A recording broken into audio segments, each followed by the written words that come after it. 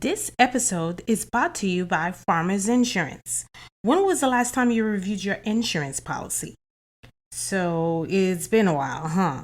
Well, no worries. My friends at the Austin Brummett Agency would love to hear from you and provide you with some amazing rates.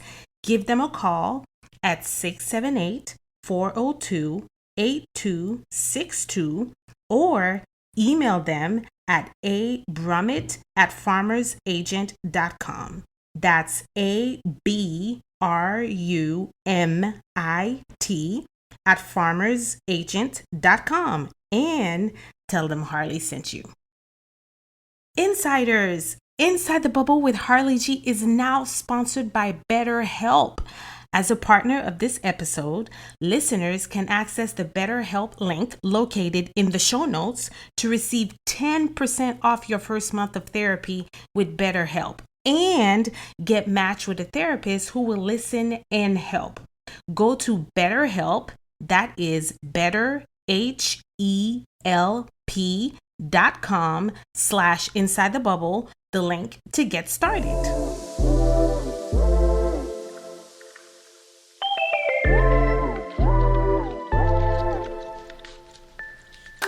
You're listening to Inside the Bubble with Harley G, the podcast for the superwoman. Every week, we connect with amazing individuals who share their inspirational experiences and stories while motivating and inspiring purpose. It's time to hang your cape. Grab your coffee, your water, your cocktail, and come on in Inside the Bubble with me, your host, Harley G.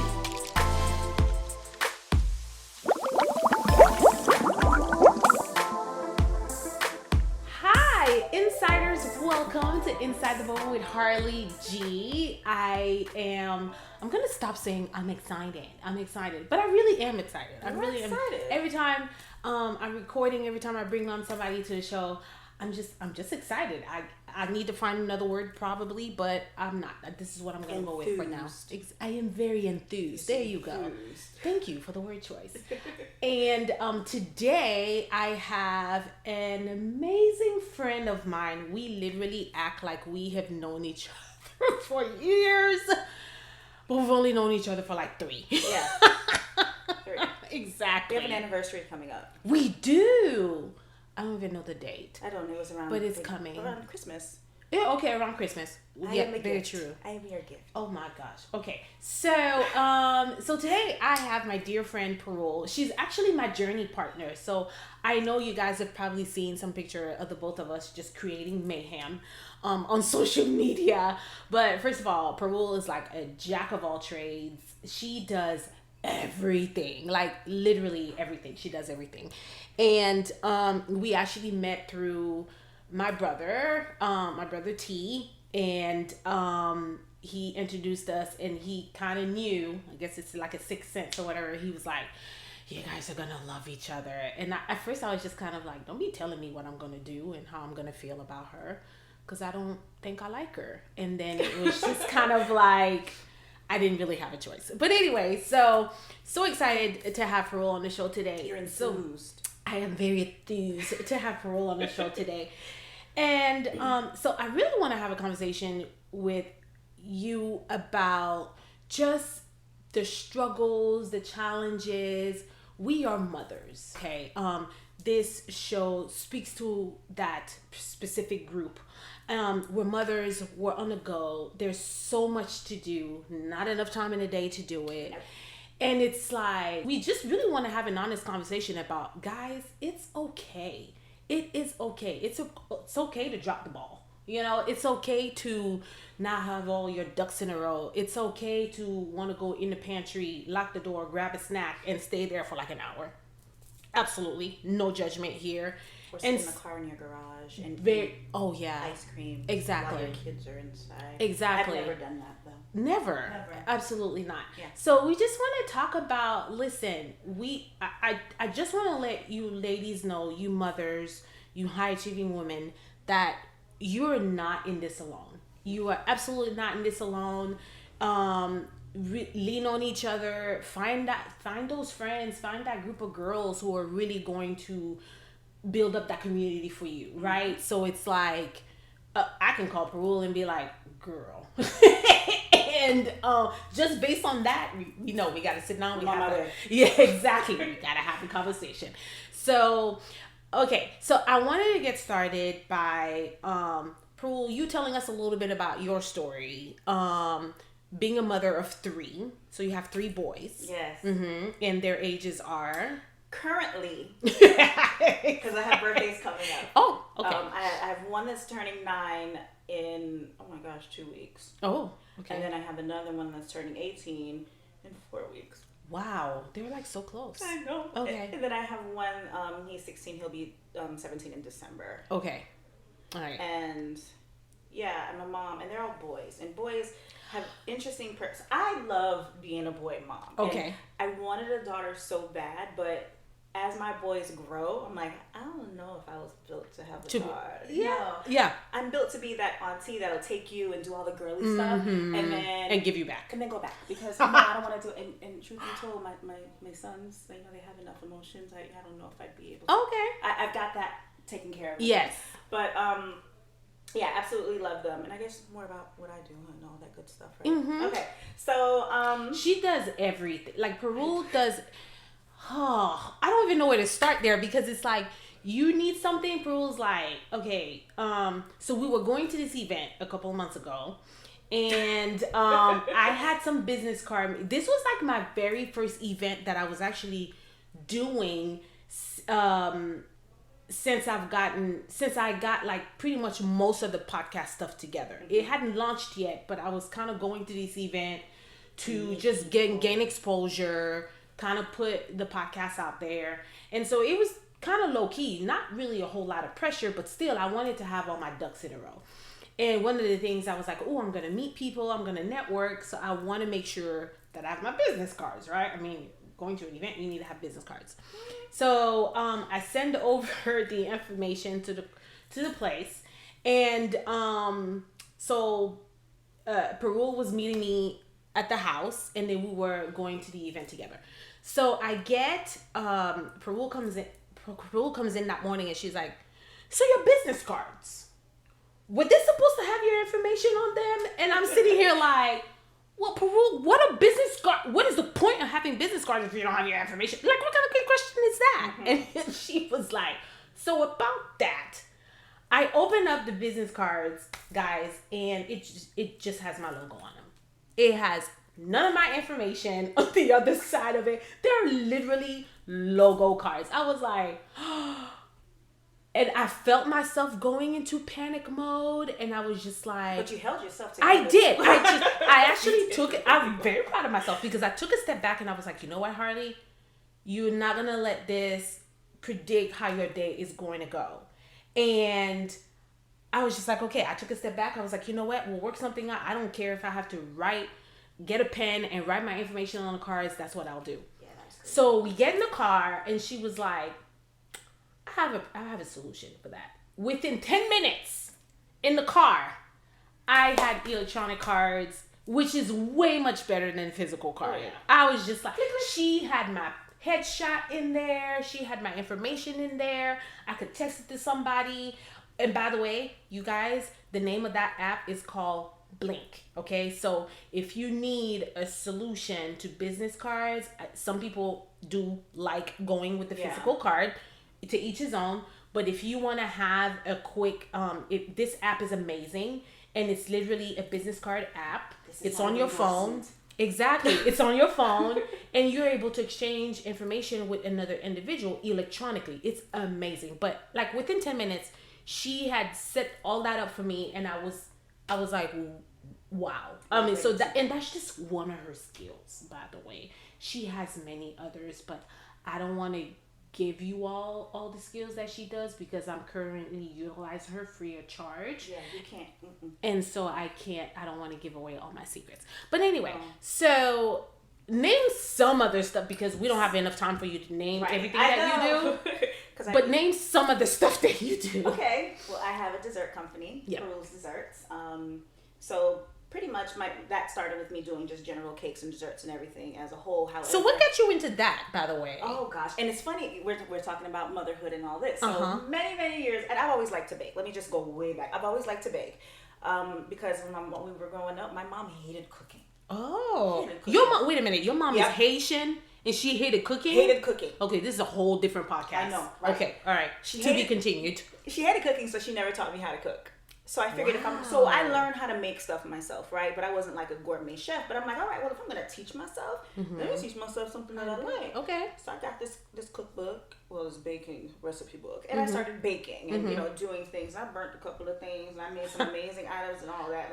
But I started baking back then, and it was all fun. I was always very artsy. Okay. A lot of my creative.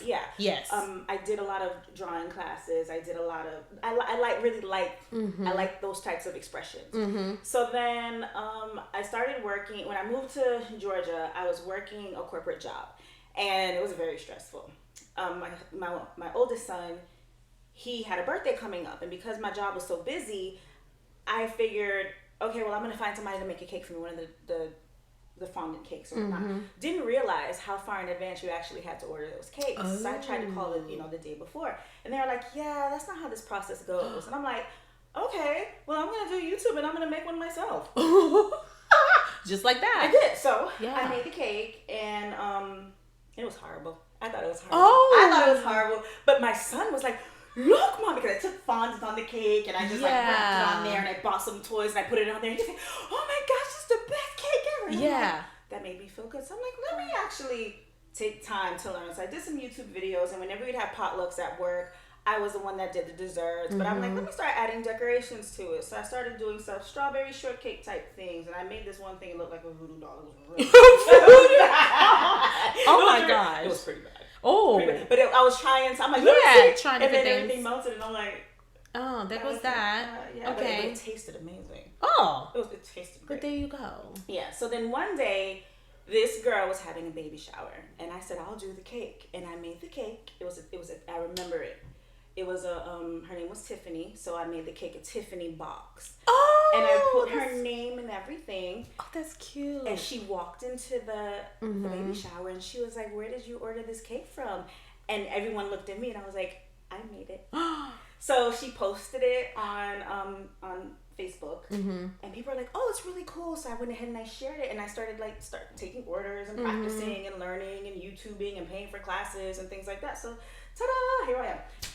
But oh my god, right? No, I mean, like, I'm like, you literally self-taught yourself, and you don't just do cakes. I don't just do cakes. Okay. I do social media content management for a few of my clients.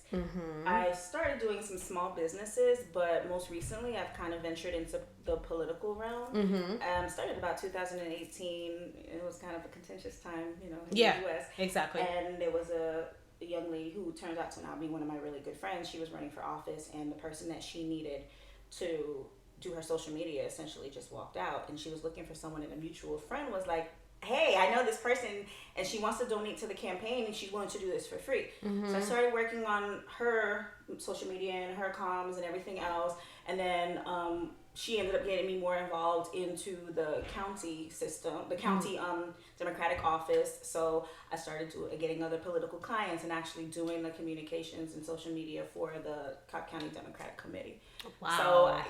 So social media for all that. A little bit of campaign management work that I have going on. And that's definitely a journey, but I feel like that's my way to contribute. To give back. Right. Especially considering everything that's going on right now. And I know I laugh and I joke a lot, but when it really comes to political things and voting, I'm not going to say that I'm strictly one side or another, but I'm really about policies actually being enacted that protect the constituents within the community. Yeah. And it does start at the community level. Everyone's like, I just need to vote for the president. But no, you need to focus on the local people. Yeah. Because those are the people that are going to affect whether or not your child gets an IEP if they have an issue in school. Exactly. Whether or not they get arrested because of something that people need to really expand their thought process with that. Yeah. Okay. So there's that. So I do that too. And what else do I do? She decorates. She's an event coordinator. She she single-handedly managed to coordinate my launch event. There were many people involved. I was gonna say I didn't single-handedly. No. Okay, let me take that back.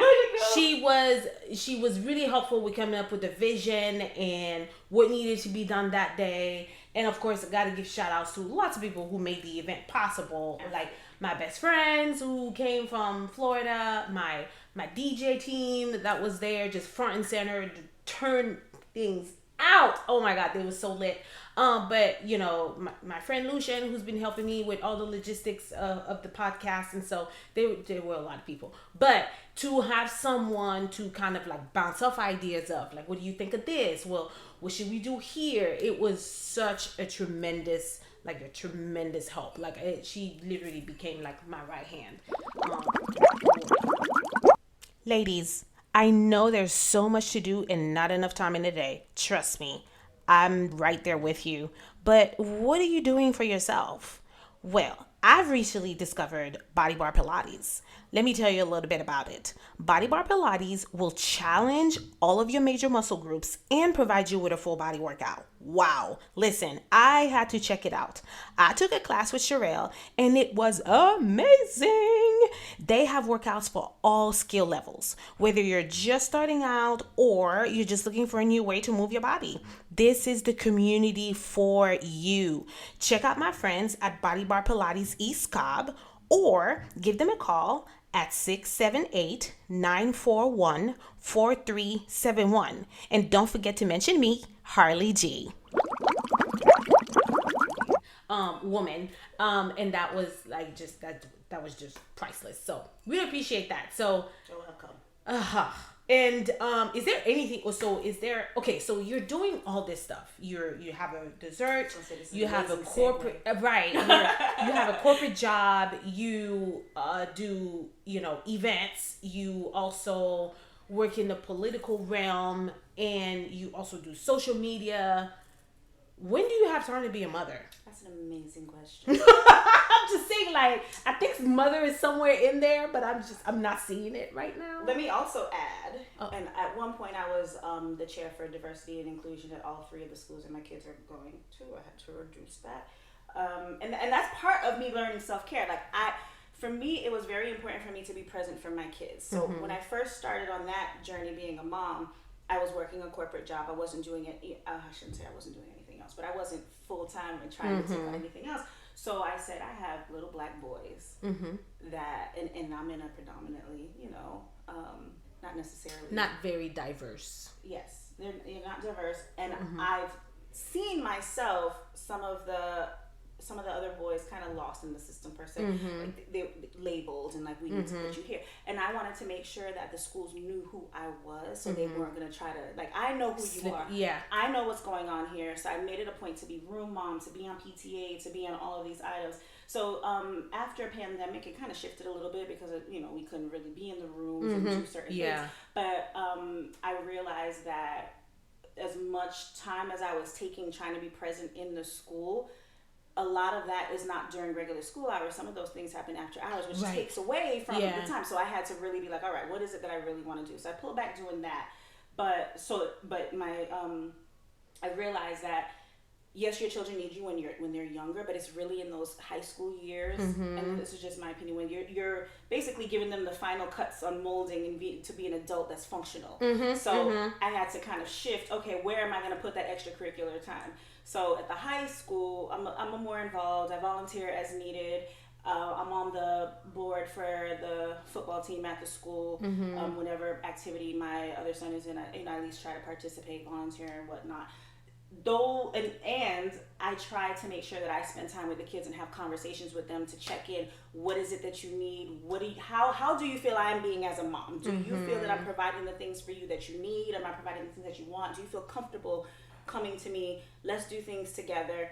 So I spend time, trying to watch movies with them. Yeah, you play video games with your kids. When they let me. Wow. Like, I have no idea. Like, my kids could ask me, Mom, come and play this video game with me right now. And I'd be like, I don't know what I'm doing. But you actually, play video games with your boys. I don't really know what I'm doing half the doesn't matter. Like, but you're there. I am. I mean, Yeah. when we play Mortal Kombat and Oh! Gaiden and things like that, I'll whoop on them. Listen. But I'm a Minecraft Listen. person now, though, so I know Minecraft. I don't even know how to do that. Like, kudos to you. I don't know how to do that.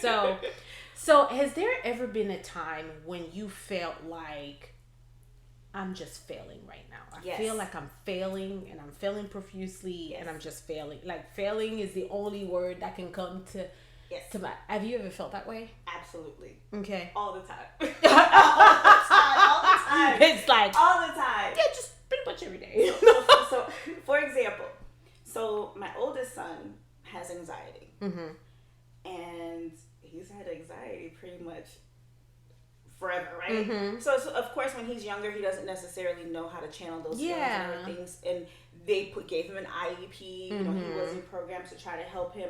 And I tried everything that I could to learn as much about that so I could be supportive. Mm-hmm. But man, it gets tiring sometimes. Yeah. It gets really tiring. The calls to the schools and everything else. And like, I feel like I pushed so hard to make him learn how to cope with things that there's a period I'm like, am I failing because I'm forcing you to conform just well enough to be able to deal with society?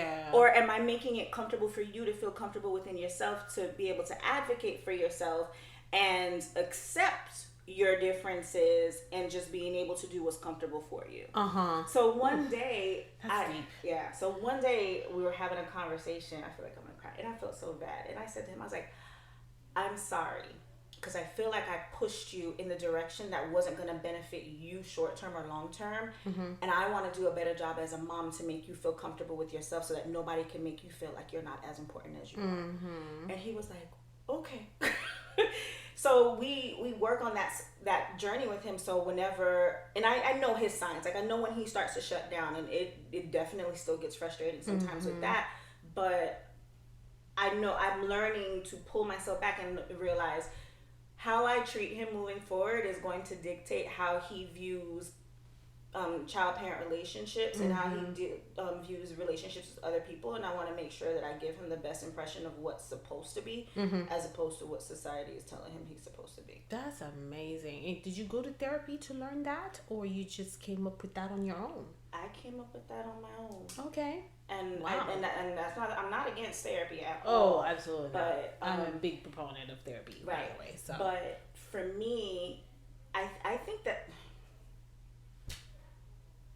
that before you go to therapy, in some instances, there needs to be some self-work on yourself so that you're able to receive that. Be open to therapy, right? So, and that's very true. Because a lot of people are like, yeah, I went therapy and it didn't work. Well, what was your mindset going into therapy in the first place? Because if you're just gonna go into it, you're like, I'm going into it because my spouse wants me to do it, or I'm going into it because the court ordered me to do it. Whatever it is, but you have to be open to it for you to gain anything out of it. Yeah. Like, it's not just kind of like check the list. Yeah, it's not gonna work that way. So, yeah, I totally agree with that. Yeah.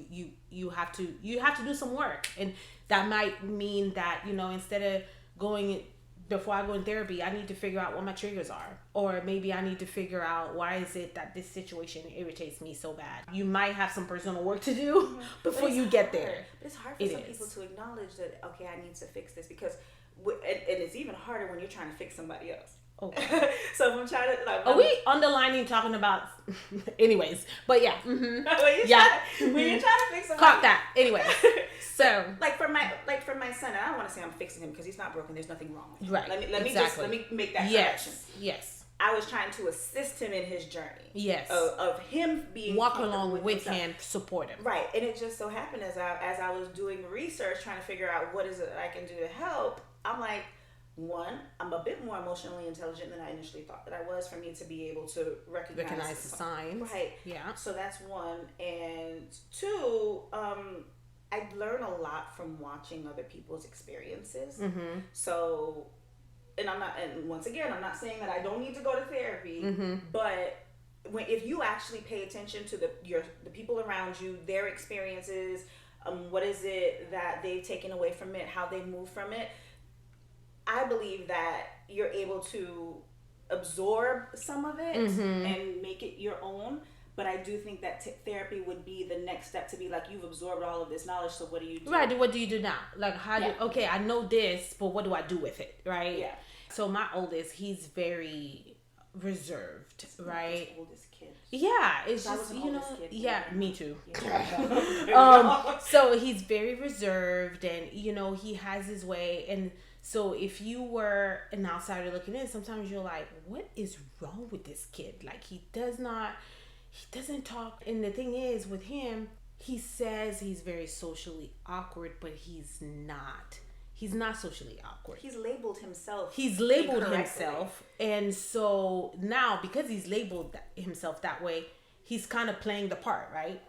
But really, what's going on with him is that he's always been bigger than his age or taller than his age, right? So he's like, he came out in the 95th percentile in height and weight.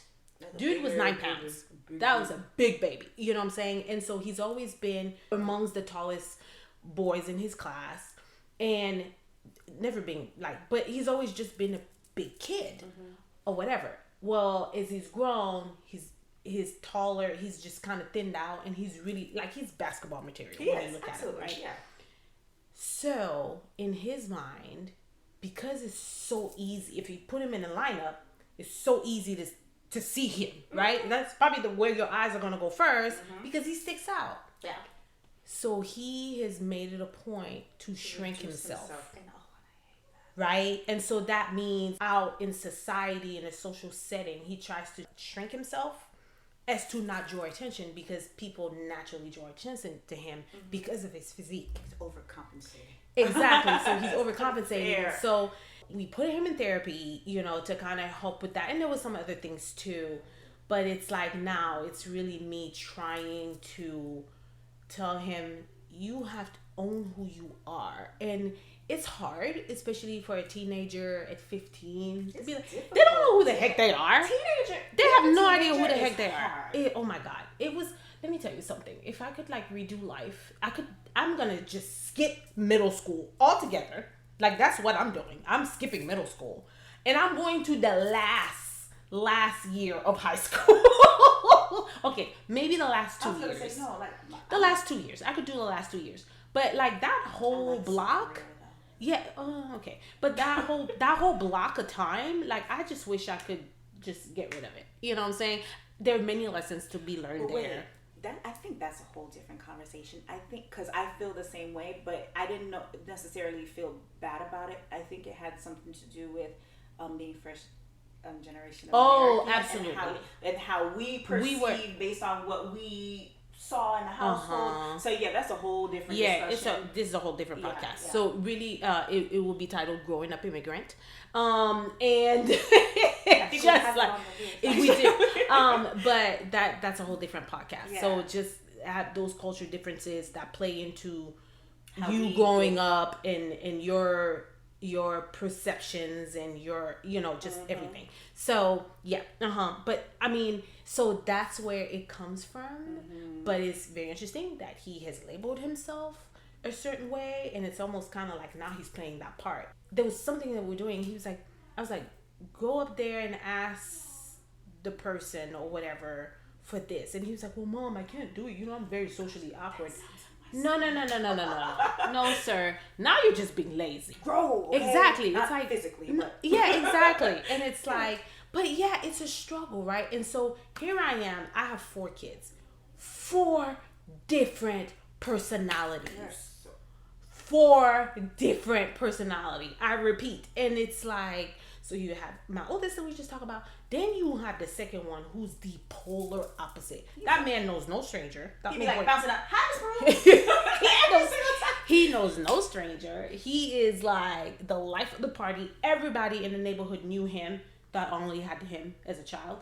And so he's totally comfortable. He really, truly, it's crazy because although he's very, very, has very similar personality than his father, but when it comes to being social and everything, he gets that from me. He's totally little heart.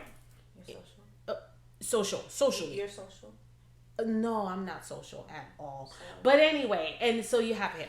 So then you have the third one, who's just a freaking sweetheart. That boy, He stole my ice cream. He stole your ice cream. But he's just like, he's the guy. He's just sunshine. He's just sunshine. See, he's the sunshine and roses guy. He's like, he's on his own. He does. He's on his own little planet. He's like, huh, the sky is blue today. I mean, like, he's just like. And then you have the terrorist. She's not.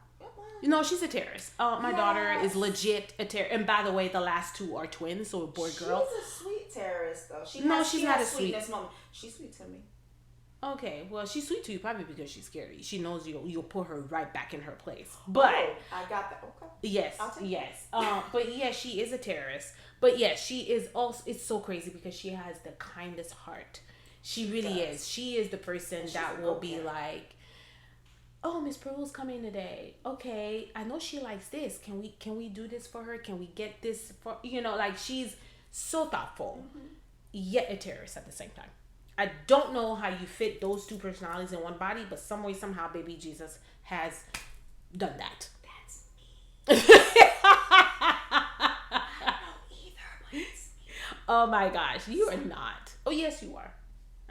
Yes. I use my evil for good now. Oh, I've redirected. It's almost kind of like a superhero power or something. Like I've redirected the energy to be a terrorist to be assertive when needed. Yes, and I think that's what it is. It's like, and that's what, as a parent, that's what I struggled with at the beginning with her, was like telling her when I had to course correct her on something, and she just got so hurt. She was so hurt when I had to like course correct her on something or discipline her or reprimand her on something, and I had to sit her down and be like, do you think I love you? And she was like, yes. And I said, so do you think that I want the best for you? And she's like, yeah. And I said, so do you not think that I want you to be the best version of yourself?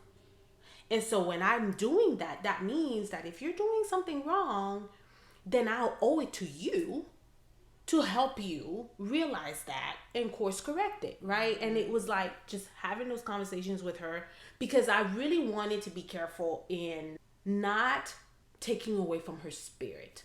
I am very, very cognizant of like, I want her to be that spirited, that I want her to be that hellfire. I want her to be that spitball. Like, I want her to be all of that, but I need her to understand when it's time to turn on and when it's time to taper it down. Not turn it off, because it needs to be there.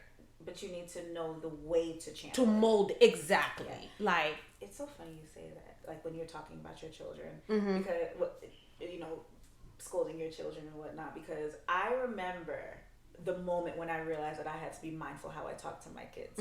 So when I was 5, I was in love with Cyndi Lauper. Cyndi Lauper. Right. And my mom bought a Cyndi Lauper record. And she put it on, and she was so proud because she knew I wanted it. She was like, "Look," and she put the record on, and I was dancing and everything else, and then I touched it, and it scratched. And I looked at like my the mom, vinyl record. the vinyl, and I looked at my mom. And I remembered how I felt, and I remembered the face, and she was upset, but. No, she was upset. I ain't gonna. She was just really mad. Like, why did you touch it? And I'm like, in her Haitian accent. Yes. So one day, my oldest son, he was 5, and I think it's the reason why I work really hard on him, because he really reminds me of me when I was younger. We have a lot of similarities. Yes. Because I have anxiety. Same thing. Right. Yeah. So he did something. He touched something and it fell and it broke. And he looked at me, and I flashed back to that 5-year-old Parul, and the face that he made was my face, and I knew exactly what he was going through. So I had to be mindful of the next steps. I'm like, look, I'm disappointed that this fell, I need you to be more mindful of what you're doing because it could have been something bigger than this. So just be more careful instead of being like, what is it? And that was a huge lesson for me. And to go back to the first question that you asked me, do you feel that you fail as a parent? Absolutely. Because there have been times when he would have dropped that class down and we would have been like, oh, okay. But then I have to remember. But I think as a parent, it's important to let your children understand that you are not perfect. Absolutely. Because there are times when I've gone back to my kids and be like, yes, I was wrong and absolutely, I'm sorry. I do that I have done that so many times in the past. If it was in a situation pertaining to one kid, or if it was a situation that impacted all of them, I would sit down with that kid or with all of them and I say, listen, I'm not perfect. I mean, oh my gosh, I specifically remember this incident where my second one came to me and he said, hey, can I have like $10? It was like Chick-fil-A biscuit at school. Breakfast at school, right? And he was like, it's Chick-fil-A biscuit at school. So he was like, can I get $10 for Chick? And I'm automatically thinking, you don't need no $10 for a Chick-fil-A biscuit. A Chick-fil-A biscuit is like maybe $3 at the top, right? $3 at the most.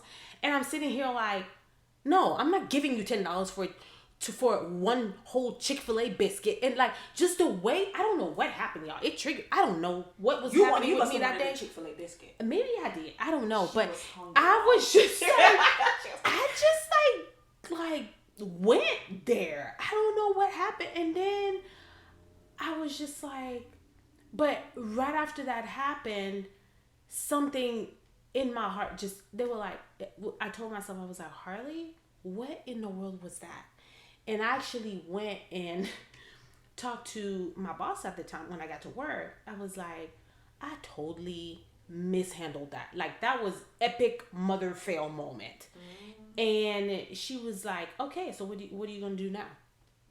And I was like, well, that's a good question, right?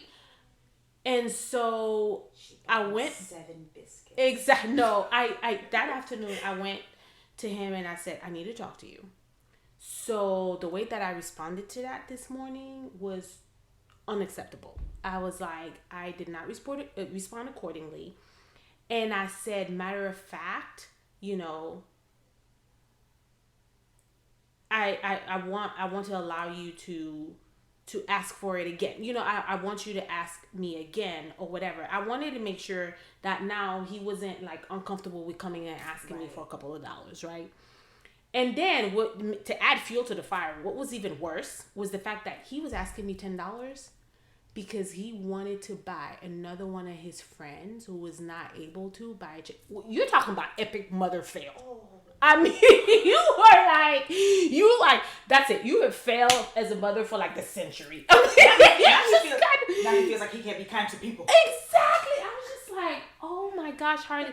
But it's learning in those moments that you are not perfect. But you know what your takeaway is? What? You're an amazing mom because you raised a child that thinks about other people. Thank you for that. Because I hadn't thought about that. But so I really try to make it a point to when I screw up that they know. Listen, I messed up. I did. I'm not perfect. Y'all don't come with a manual. I wish you guys came with an instruction manual because trust me, or somebody will be the richest person in the world right now. My nurse said that they got lost in the mail as they came out, but you know it is the U.S. Postal Service. So, you know, I'm not completely surprised. Oh my gosh! But yeah, I mean, so you as a mother, as a parent, you just live and you learn. Like it's trial by error here. It really is. And then tying back to immigrant things. Yeah. We weren't raised to be like, we said it and that's it. Do as I say, not as I do. I am perfect. That's it. I'm your mother and I know best. And you don't question that. No. You don't question anything I say. And sometimes you don't know best. You don't. And that's, you don't. You know. And I was like, that's not, I mean, while our parents raised us very, you know, strict, and I am kind of grateful for that because there's no telling where I'd be right now if my mom wasn't strict. But I do... You just have to know which lessons to pull from that, right, and then where you need to do better, right? But I want to shift gears a little bit because we've talked about being mothers, but I really want to get into the self-care piece because I know, right? I know that we've had many conversations before where we're like, this is so horrible. What are we doing? I mean, we've gone and gotten our nails done together at times. I know, spirit fingers. So we've gone and got our nails done, but for me, it's something that I constantly, like, I can't, I'm not gonna say I struggle with it because I am better at it, right? But I'm not where I want to be. And so it's like, how do you balance all of these priorities that we have as mothers, right? And still make time for yourself consistently. That's the word here. It's not that you don't go and get your nails done once every 3 weeks, which, by the way, sometimes self-care should happen on a daily basis. Yeah. And I'm also preaching to myself, y'all. So I'm not saying this because I got it down packed. I'm saying this because I need to be held accountable as well, right? But it's the consistency part. It's that part. I did not do self-care for a very long time. I didn't do it to 2020. Right. I just want to let you know. Right. Okay.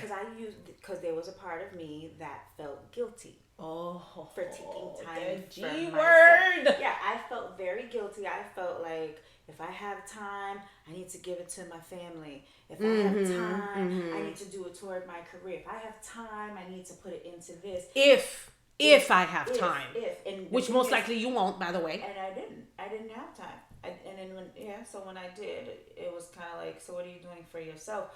What and even most recently, I've been yelled at to sit down and, Parul, can you sit your butt down? I've gotten to so much of the habit of running around that I wasn't even realizing that I wasn't putting time on the schedule for myself. So I can tell you, this boy has an appointment this day, this boy has a test this day, this one has this activity this day. So Parul, where on that calendar is something for you? And people have been saying, I've actually been fighting for the past couple of years because it's very hard to unlearn it, that the habit of focusing on everyone else's self-care except your own. But I think what's also important to note is you need to determine what is self-care for you. Exactly. Because for some people, it could be the mani-pedi and there's nothing wrong with that. Right. For some people, it could be making sure that you work out every day. For some people, it could be getting up and meditating. Some people, it's reading a book. So it's like, all right, well, I'm going to try all these things that they say that I'm supposed to do for self-care. I'm supposed to get my nails and my hair done. And that's supposed to be my self-care. Right. It's not supposed. No, that's maintenance. What am I doing for my soul? Exactly. What am I doing for my spirit? Yes. I feel pretty after I finish doing something, but then what? You're right. Then that feeling goes away, right? Right. Yeah. So it's gonna laugh. My self-care is sleep. Okay. Because the time when every once in a while my kids joke me like, mommy's always sleeping. Mommy's always taking a nap, so I have enough energy to do the next task because I'm not going to go to sleep until after midnight. And then I'm going to be back up at 1 o'clock. At 6 o'clock. Of course I'm tired. I need a nap because I do a lot. But I have to not make self-care, actually. Yeah. So yoga was self-care for me because it forced me to not own, not namaste, stuff.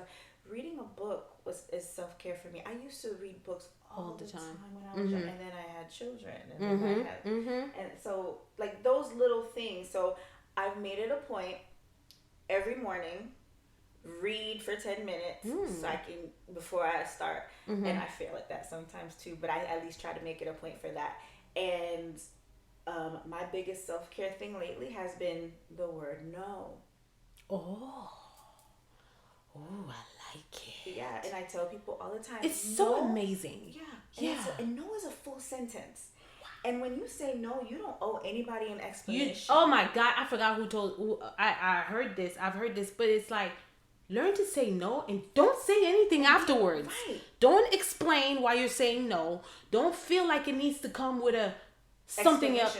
So, say no. And that's period. And I have a bad habit of apologizing for things I have no control me too. over as it is. So for me to do the no without an explanation was difficult for me as well, because I always felt like I felt bad after I said no because I do so much. And I'm like, well, if I know that I can do it, I can help you. Do you also, which I kind of do, I realized after a while maybe it was from hearing it so much, that because now people were like praising the fact that I was doing so much. And when they couldn't understand, they were like, wait a minute. So you have 4 kids, you work out, you have a regular job, they have all these activities, you will have a husband, you will have a house, you do this, you do that. And so now, because it sounded like I'm this superwoman that's taking on all this stuff, I actually took pride in it. Instead of taking this step, is too much. Exactly. Instead of saying, no, this is crazy, this is insanity. But because other people were praising it, that happened to me too. I was just like, that happened to me too. And and it's fun. You want to hear something funny? Okay, and I'm gonna go back to the no thing. Mm-hmm. So when Terrence was telling me about you, when we were meeting, and he was like, yeah, she does this and this and this and this and this, and I'm like, I do that too. No, I do it too. So there was a part of me I was like, I feel relatable, and then as I was looking at you, I was looking at me, and I was like, we're looking at the same person. We need to stop this. Yeah, this is insanity. It's not. But yeah, everyone's all like, oh my god. But that's what I'm saying. And I was like, yeah, I can do it. Yeah, yes, I can do exactly.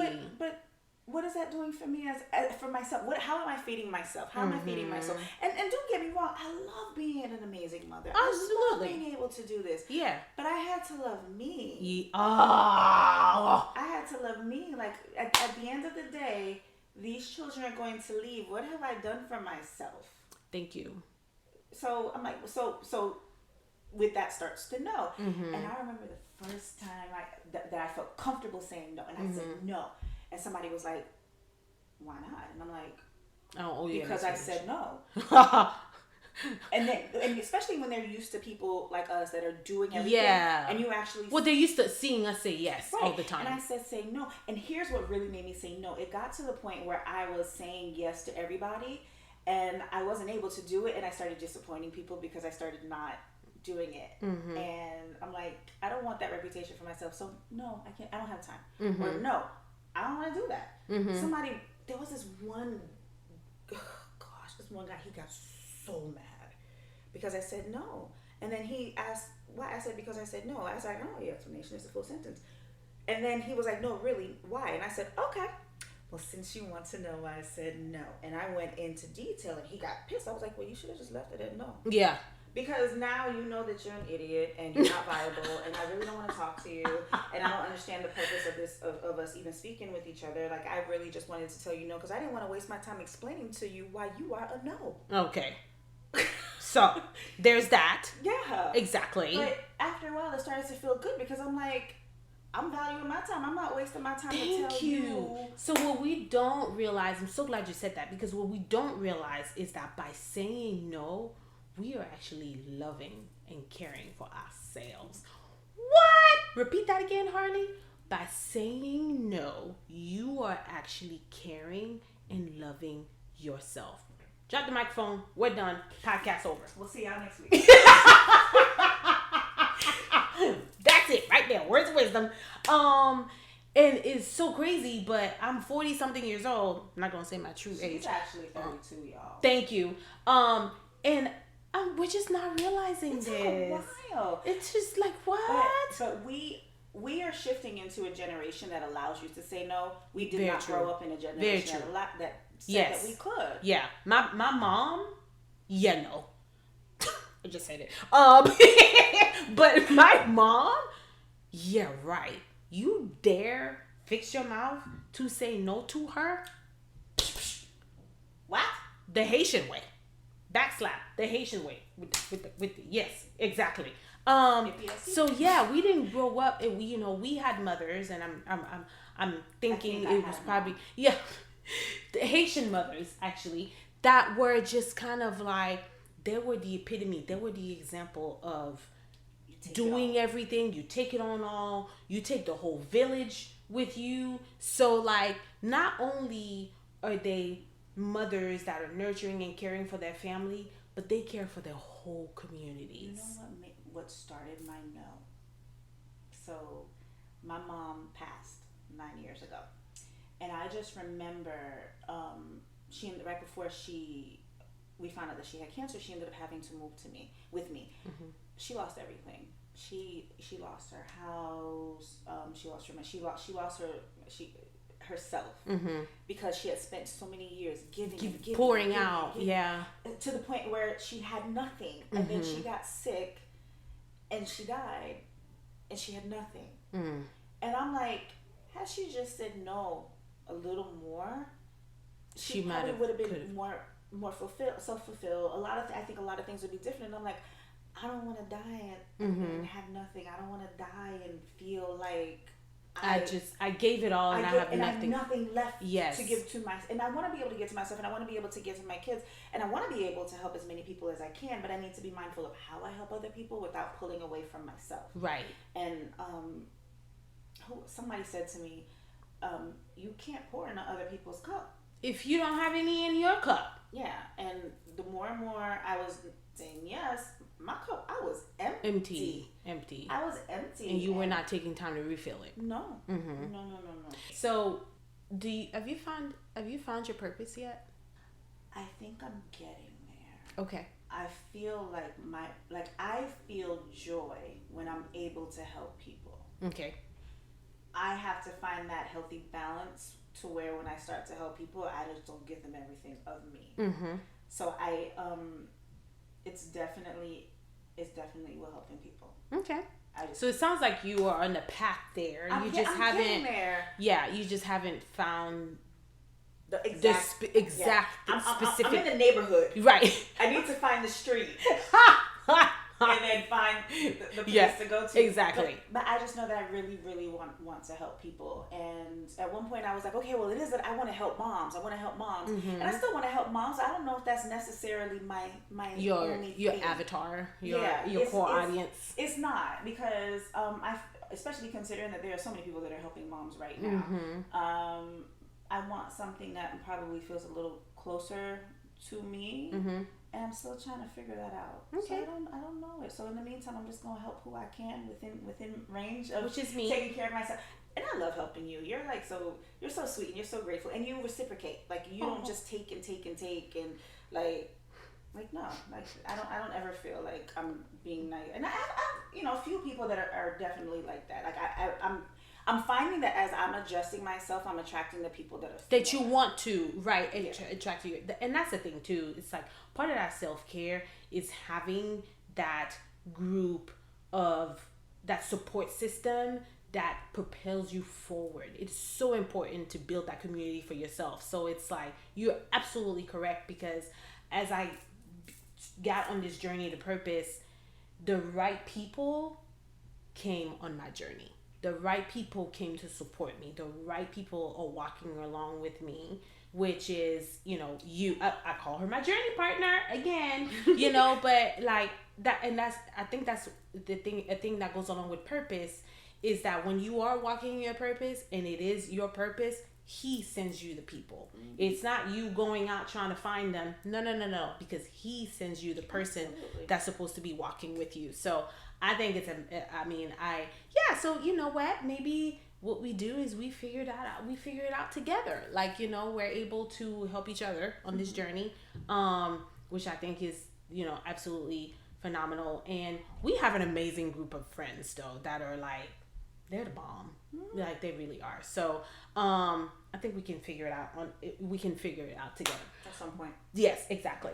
So wanted to wrap it up a little bit. So first I wanted to so if somebody is if you could give one piece of advice to mothers on the go, what would that Parul wisdom be? Prioritize yourself, because once you fall apart, everything else falls apart. Absolutely. Yeah, very true. Yeah, that's it, period. She's done. Drop the microphone. Okay. Yeah, just like that. Yeah. And the crazy thing is, like, when I started building our family, having kids, that's actually something that my mother said to me all the time. My mother-in-law said it to me too. So, you talk about that mindset shifting and everything. I think that now our mothers are realizing that what they were doing before, that crap, too much. because I'm not gonna curse, but that crap is not working. It's not gonna work now. Okay, it's not exactly. So that was something that they always told me. They were like, Harley, make sure you prioritize, make sure you take care of yourself. That's what they always said. Make sure you take care of yourself. And I was just like, you're just saying that to be saying that. Like, I even did not take it seriously, because I saw the example that they set, which is take care of everybody around you, and then you come last. That I was just like, I can't believe she has the nerve to tell me that, because that's not real, you know? And so I was just like, okay, I just let it roll off my shoulder and kept it moving. And it really wasn't until the pandemic that I made a point to figure out what that self-care is for me. And you're totally right when you said at the beginning, figure out what that self-care is for you. So if it's a 5-minute bubble bath, or if it's a walk outside just to be one with nature. I think it's swimming. Swimming. Doing laps around the pool, or that mani pedi. Maybe it's the mani pedi for you that you need to have every 3 weeks. But for me, I will tell you, for me, I'm at the point where I need to have it every day consistently. What is your self-care?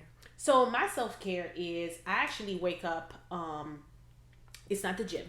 Because people always said that. They were like, it's working, your self-care is working out every day. No, my self-care is my coffee. I mean, the gym for me is like coffee. Like, it's not self-care for somebody, but it's what they do every day. It's what they need, right? So that's what the gym is for me. My self-care for me is, I wake up every morning. I wake up at 4:15, and I get dressed, and before Parul just went to sleep. Anyway, so she's like, what? Oh. I knew that, but she just passed out. She just passed out. So I actually get dressed to go to the gym, and then I come here in this office, and I read my meditation. I do my meditation, and I read my Bible every morning. I go through my prayer and meditation, and I do that before I walk out the house. So it's really important to me that if I say that my faith is the one thing that is of the utmost priority to me, faith, then family, then friends. So if I'm family though, y'all. Yes, she absolutely is on a second tier level. So if I say that is my ultimate priority, then I need to be practicing that every day. And so for me, it's doing that. The house is super quiet. Everybody's still asleep. Obviously. That's the best time. Oh my God. Everybody's asleep. Everything is calm. Like, literally, to me at that time, the world is quiet. The world is just quiet. And I'm able to really find my peace in that moment of time. So I'm able to meditate on the daily devotional. I'm able to talk to him. Sometimes I don't even talk. I just sit here in quiet. Like, I just sit here quietly, and I just let my thoughts go wherever they need to go. So for me, that's self-care. And then in the afternoon, I actually try to, that's where the consistency piece comes in. Exactly, right? But I try to do gratitude every day. So at the end of the day, based on my day and how it's gone, I actually have a book that I write down gratitude every single day. I have one of those, and I do that too. And because I realized that if I don't know what it is that I'm grateful for, I lose sight on why I'm doing what it is that I'm doing. So, and I also don't want to be that person who, there is something that happened in your day that you were thankful or grateful for. Yeah. Something. Even if you feel like you've had the worst day, there's something in that day that you can find to be grateful or thankful for.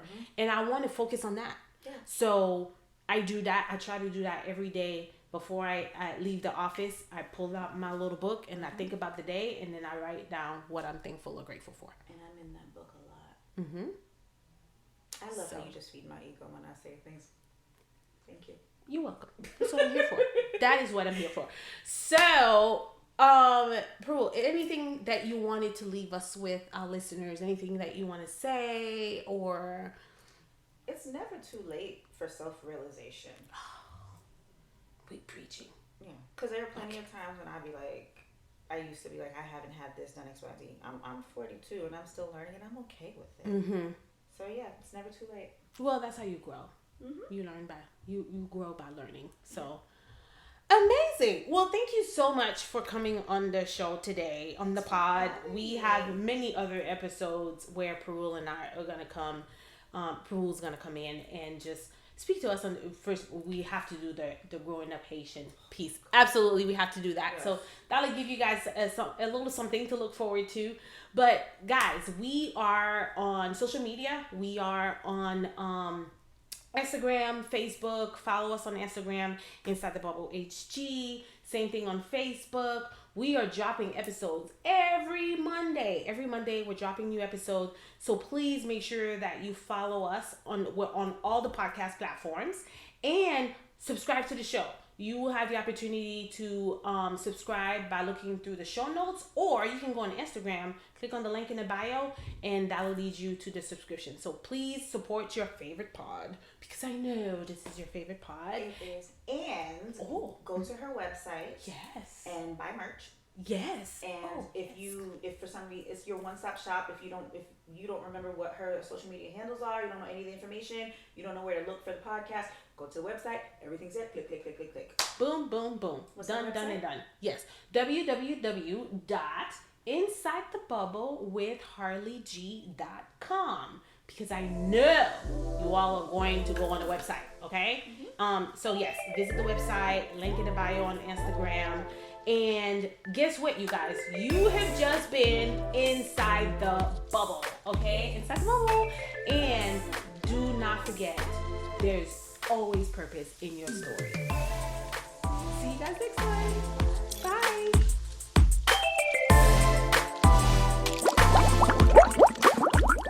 I hope you enjoyed our show today.